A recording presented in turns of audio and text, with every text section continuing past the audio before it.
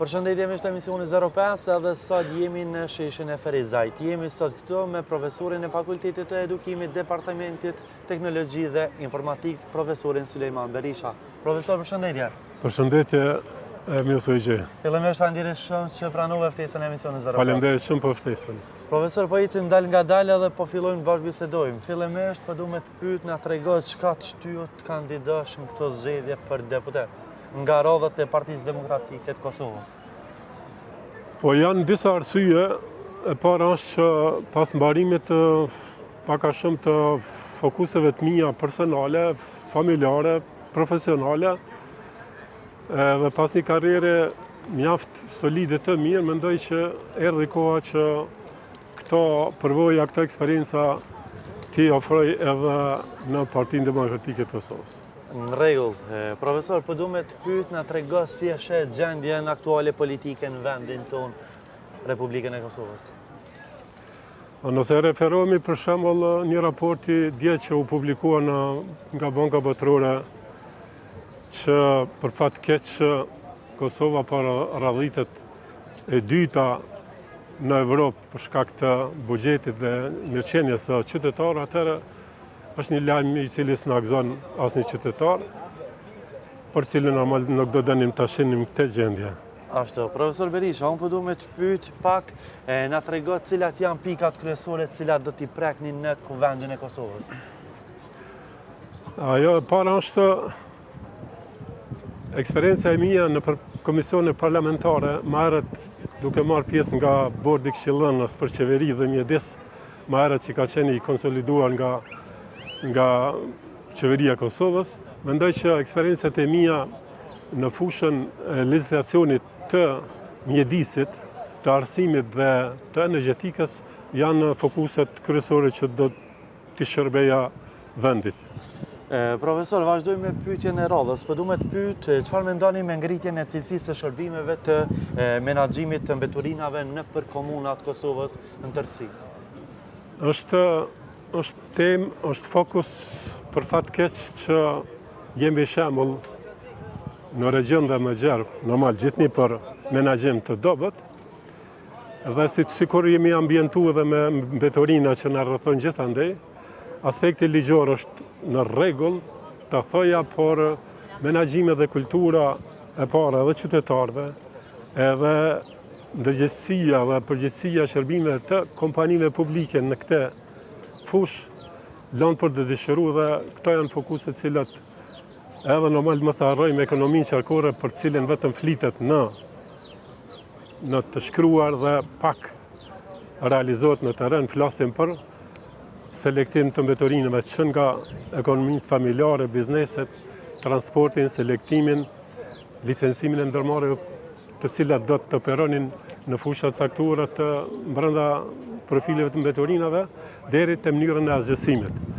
Dhe do doja ta kam këtë vend me ligjin zero mbetje nëpër deponi. Në rregull, profesor, po kalojmë nga tema në temë. Unë po duam të pyet pak edhe për fushën energjetike. Çka duhet ndryshuar realisht në Kosovë në këtë pjesë?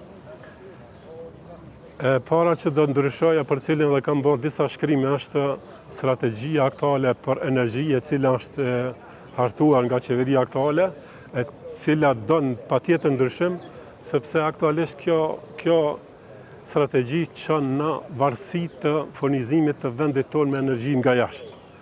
Ajo që do bënim ne si Parti Demokratike është ne do të investonim në termocentrale të reja energjetike, të cilat do kishin për bazë furnizimin qoftë të ngjillt, qoftë gaz natyror, dhe do investonim gjithashtu në për regione me termocentrale të vogla, të cilat do na shërbenin qytetit me energji të nxehtësisë, për cilat harxojmë shumë energji elektrike në vendin tonë.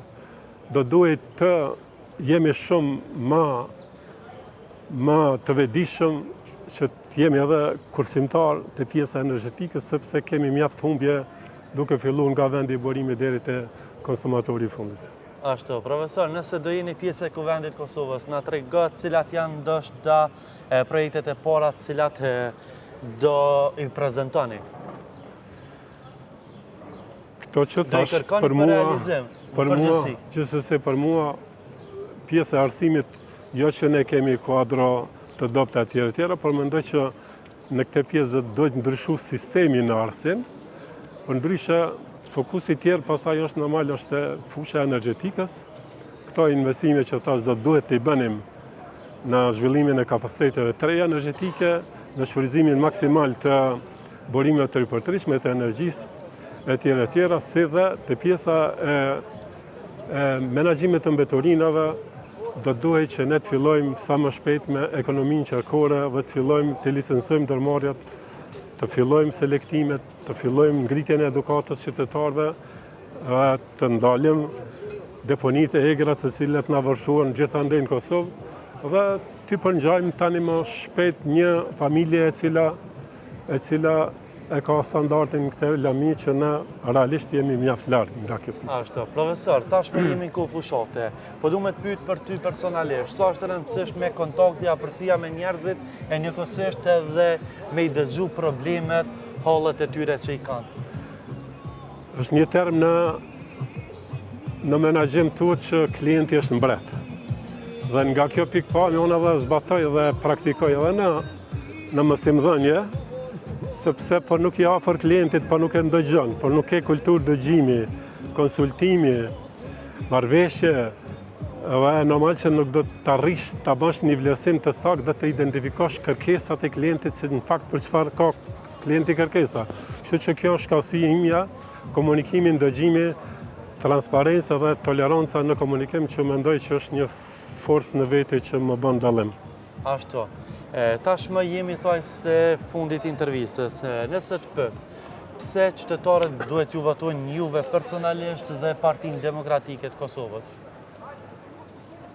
Vetë gjendja aktuale e vendit ku jemi tregon që vendi ka nevojë për një ndryshim, për një mirëqenie të qytetarëve, në kuptimin e kostës së jetës, sepse është kosta ekstreme e jetës që nuk mund të krahasohet edhe në region me kostot. Gjithë regioni kanë kostot më të ulta të jetës, dhe shumë probleme tjera ekonomike, fushën e ndërmarrësisë që do të jepet përparësi ndërmarrësisë, dhe ajo që na bën dallojmë neve jemi çelësi i zgjedhjes së problemeve për mirëqenie dhe normalitet ekonomik, dhe realisht nëse edhe numri na flet 125, që është zgjedhja e këtij problemi dhe brenda këtij fokusit të këtyre njerëzve është edhe numri 63, i cili është kompetent në fushat që tash arsimi, menaxhimi, mjedisit dhe energjetika.